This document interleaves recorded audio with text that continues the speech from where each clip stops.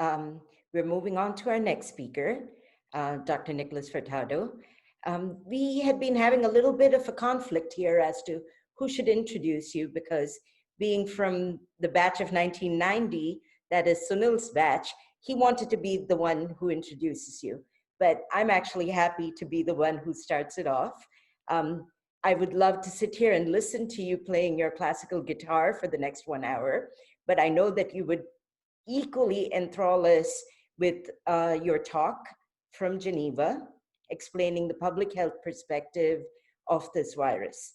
Nick, after graduating from St. John's, trained in pediatrics at Vellore, and has been faculty at the University of Illinois at Chicago. And he's currently in Geneva working for the Global Fund against HIV, TB, and malaria. Over to you, Nick. Thank you so much, Maya. And just to start off, I'm really privileged to be here. I really want to dedicate this to my alma mater, John's, without which I would not be here where I sit. And good morning, good evening, and good evening to those in India. And thank you to all of those who've attended this. I wanted to acknowledge my batch of 90, who we have this wonderful WhatsApp group, and much of the ideas that come up in this presentation that I'm doing were actually discussed quite a bit among us. And so thank you to batch of 90. Next slide, please. As this pandemic turns our lives upside down, the reason that I'm going to focus on what are the things people are searching for information, and the idea is to keep safe, stay hopeful, and help one another, as many of the speakers on this panel have reiterated many times throughout this discussion. Next slide, please. And as I started thinking about what should I say on this panel, I was reminded of this wonderful saying that all of us may know about when we were studying at St. John's: the eye cannot see what the mind does not know. And when you break this down in the context of the pandemic, the first thing is know your pandemic. And then on top of that, there is a deluge of information, which has been coined an infodemic. And how do we actually make decisions with all of this around us, all the information in the fog of the humanitarian crisis that's going on? And what are the basic global goods that help us to respond? And the key part of public engagement, the communities being first responders, and then when we respond, what are the rights that are important to take into account?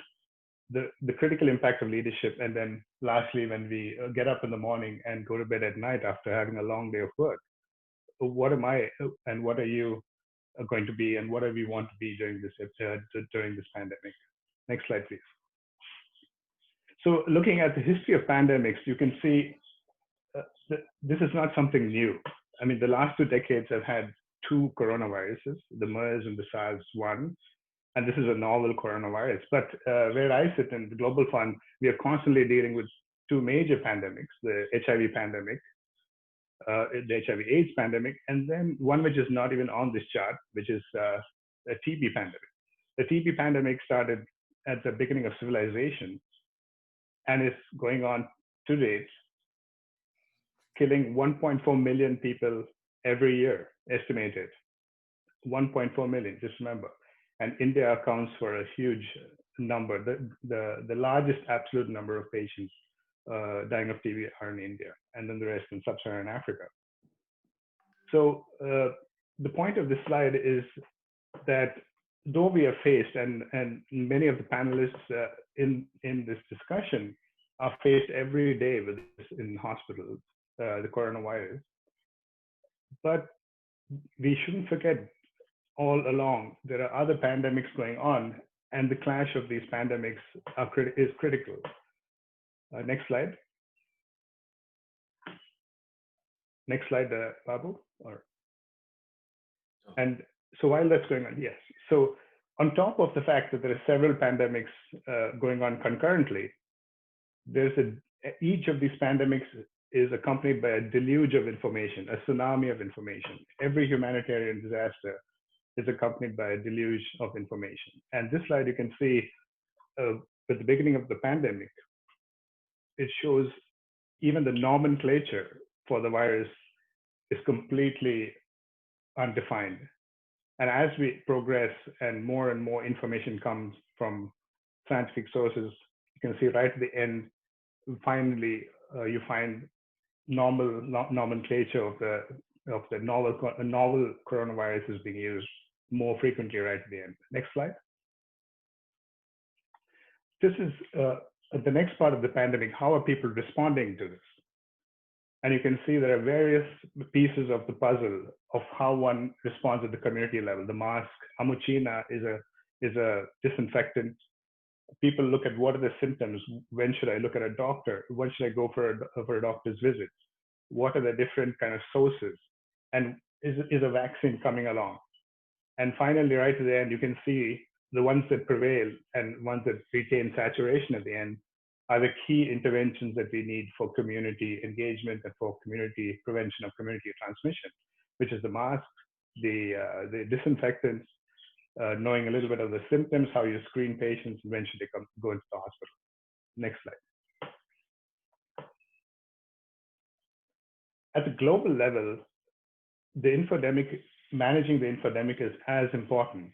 And sources like global sources of information like the UN, the WHO, put out applications that one can actually look for clear and concise information that is scientifically verified. And this is one example of that. Next slide, please. Now, when pandemics clash with infodemics, you can see this is an indication of what's happening in India. The lockdown occurred on March 22nd, but you can see way before that, about a month, almost a month before that, the cases of TB notification had started dropping. And right after the lockdown on March 22nd, there was a precipitous drop right across the country of the total number of cases. And even in the private sector, you can see a huge drop in TB notification. And this is nothing, the coronavirus had not yet started being diagnosed all over the state, in all states. And as Dean D'Souza mentioned, in Johns, we are just seeing a few cases right now, but much of the preparations, much of the impact on normal health services started occurring much before the actual diagnosis and the actual testing of cases in St. John. Next slide, please. The next few slides, you can actually see that this information across facilities it didn't stop right in the early stages with the infodemic, but as soon as the lockdown started, even healthcare workers stopped reporting cases in facilities. And in the next few slides, can we go to the next few slides, please? Yeah, you can see a definite impact on all health services, maternal health services, emergencies, child immunization, and the treatment of all major non-communicable diseases, in which you can see major drops in utilization and actually services, outpatient and inpatient services across the board. Next slide.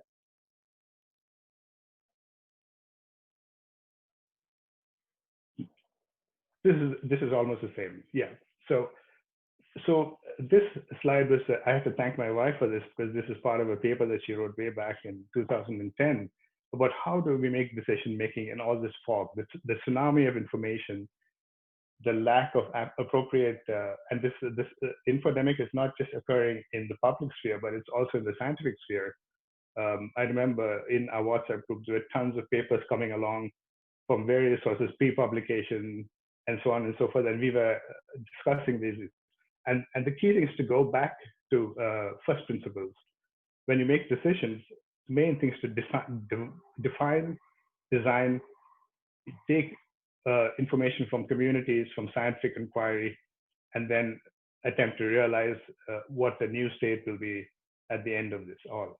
And this is how you go across, and there's never a different defined point in this. This is a changing state of flux through this, from a habitual situation and all the way into the next state that we are going to be post-coronavirus.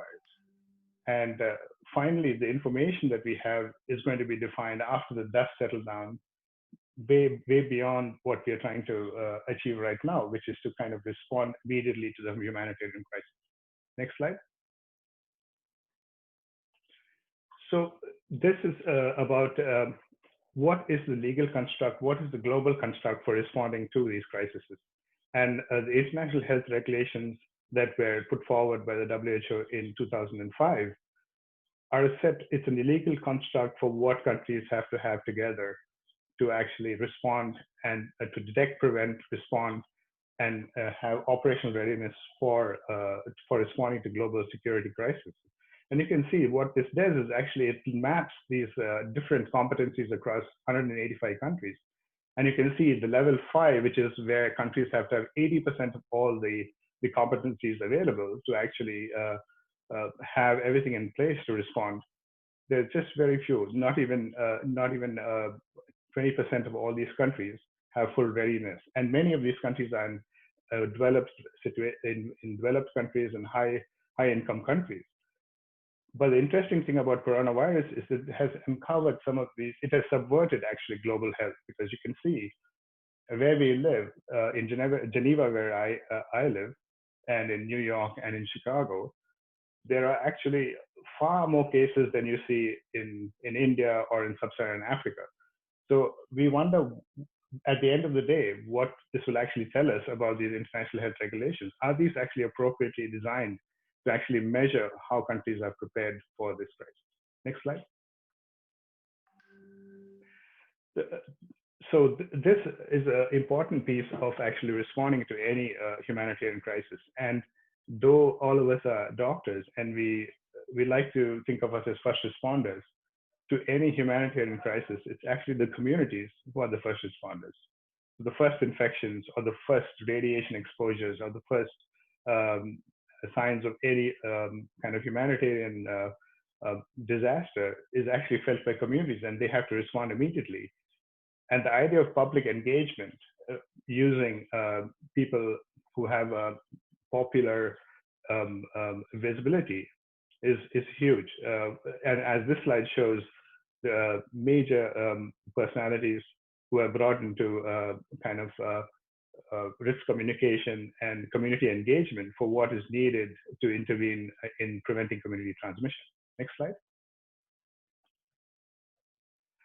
And here, at the end of the day, when policy has to be made, it's critical to have good leadership. And we all know that from the North American situation. I wore black today because I put on the news, and it was surprising to see what's happening in the United States right now.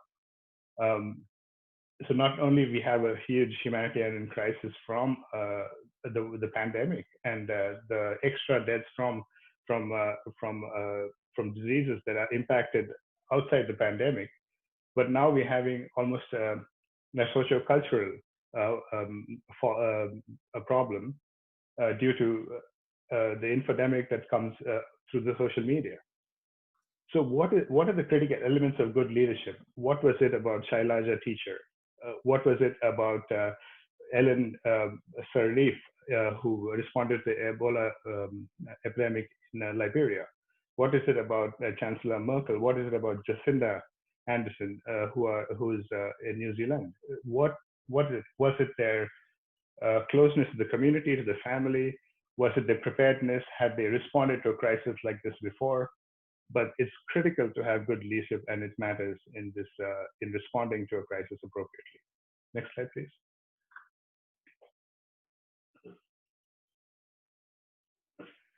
And when we respond to a crisis, I was reminded by a wonderful poem by Anil Abraham. When we respond to a crisis, what about the people who don't have a house like we do, who don't have an ability to socially isolate, who don't have livelihoods, who have to leave their houses? Can we say a lockdown can work for them? What are the possibilities that that we have to think about beyond that, those that will work for the more privileged like us, who actually sit in, who have houses, who have gardens, who can actually socially isolate. So this is an important piece of the response that has to be thought about. And we can see the effects of that now. There's a second surge of infections that Dean D'Souza talked about. It's all about the issue about what's happening with these migrants who were actually not taken into account completely. What was done about them? Next slide, please.